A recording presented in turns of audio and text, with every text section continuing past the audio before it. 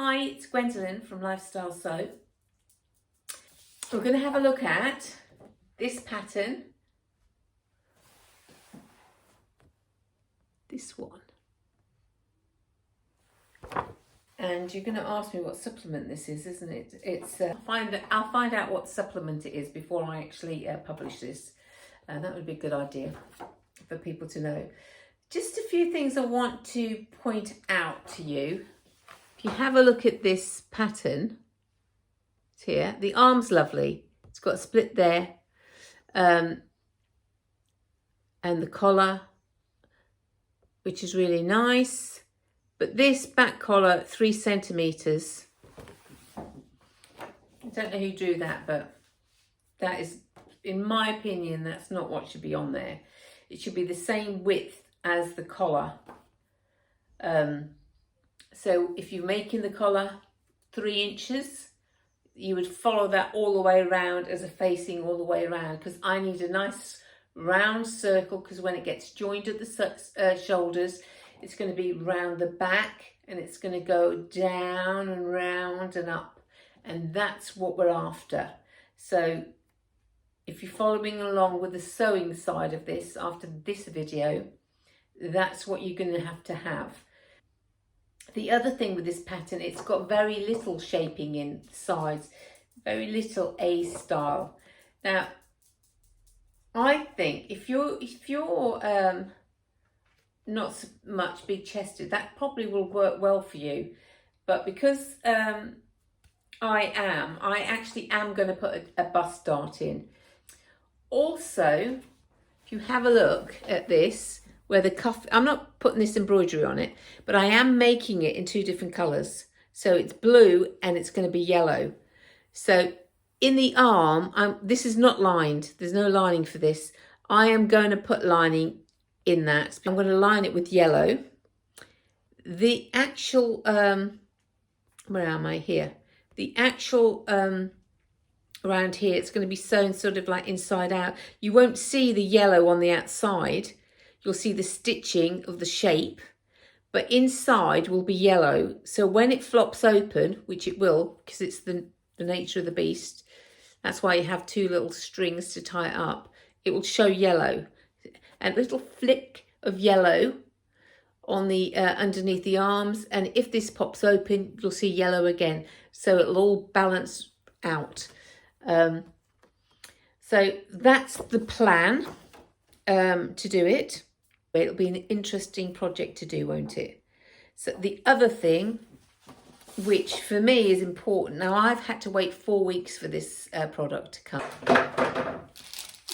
The tracing paper is the cheapest element of your thing. It doesn't matter what grade you get, whatever it is, it's immaterial.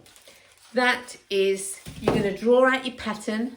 You're going to do all your alterations on this.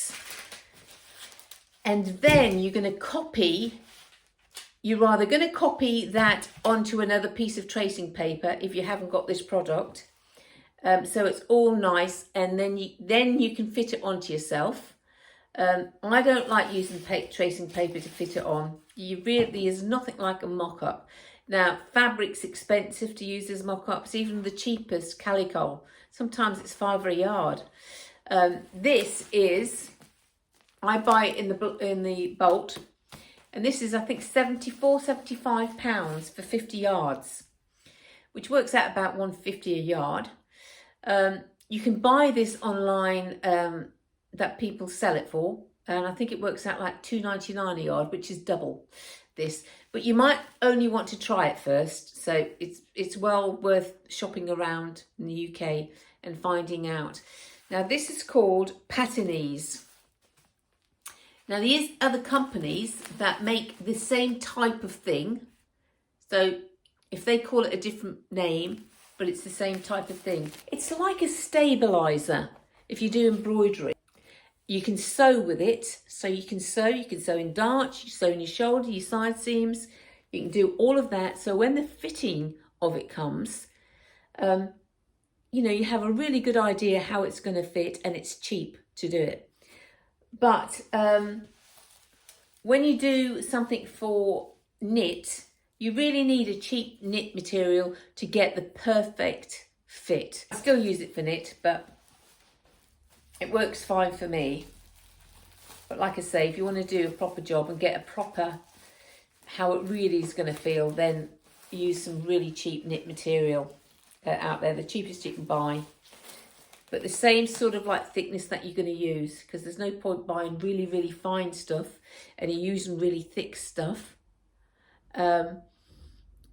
It's not going to have the same effect on what you're using. So you've got to try and get like for like. I have all sorts of fit issues with pattern 52. So I drafted it, I cut it out on my easy seam. So this is, remember what I said, this is like paper, but you can sew it. So it's a bit like stabiliser for embroidery, really. And the first fitting, I did all my adjustments that I needed to do. I still had loads of material in the back. The front was shooting forward. So that says it's a length issue in the back when the front shoots forward. So I corrected that, added more length, did it again, sewed it up. It still wasn't right. I gave it more length, I gave it more sides, I fiddled with the pattern. Blah, blah. For me, I could not get that right properly. You may not have a problem with that yourself, because I have to do a bust adjustment. So it may be that pattern is not drafted right. I don't know, because I'm not. I have to do a bust adjustment, and there's no point me sewing a pattern without a bust adjustment. I can't get it on.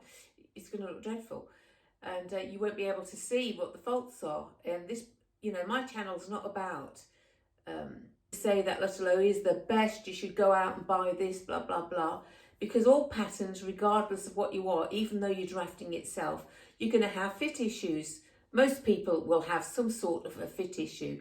If you don't, that's great. I do know people that can just buy a pattern off the shelf, cut it out and wear it, and that's fine. Most of us aren't that perfectly shaped. We do have to have some sort of tweak in the pattern for it to work good for us. And I didn't find that pattern, the 52, worked well. But I knew the pattern 144, as we did before, that fit on me was great. So all I'm doing is I got my pattern 114 and I put my other pattern down, and I just did some minor tweaks to it. Basically, I'm doing 114 with the extra length, and I am doing the 52 neckline and drafted that out. So I just added a little bit. So if you can see here, this is the front. I needed to bring the neckline up, because remember I did say that 114 pattern was really wide across the top. And if you're doing fine fabric, it just flops forward.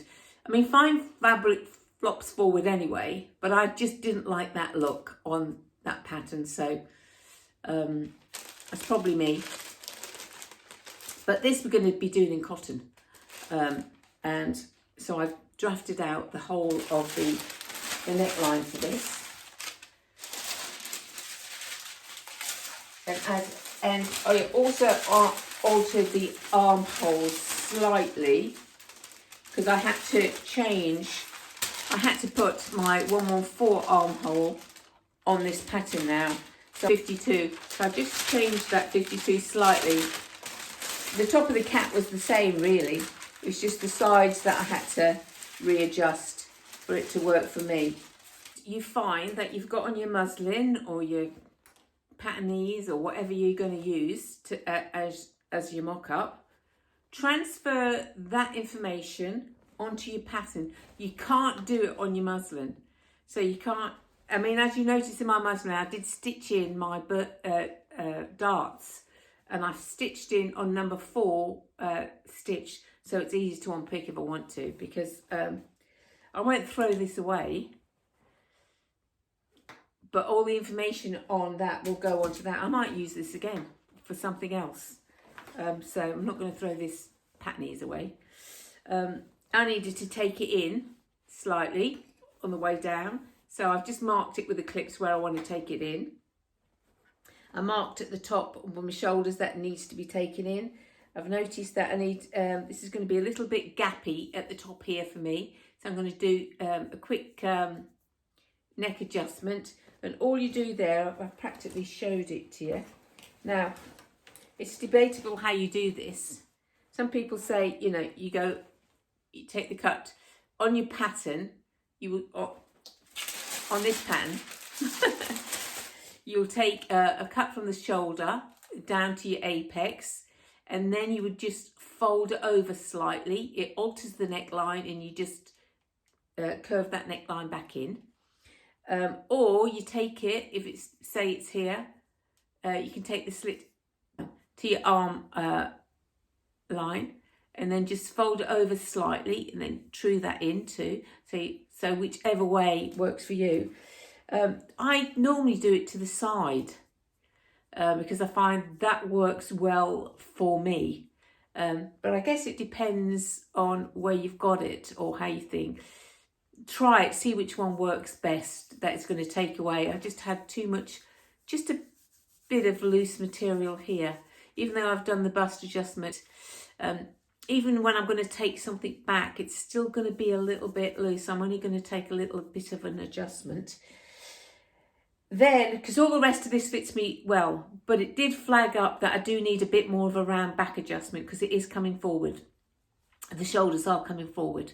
And this is like ordinary material, so I'm going to put another bit of a round back, widen that on this pattern to take into consideration that. And then I'm going to cut it out. You don't often see Molly. I'll see you soon, and subscribe, ring the bell, and give me a thumbs up. Talk to you soon.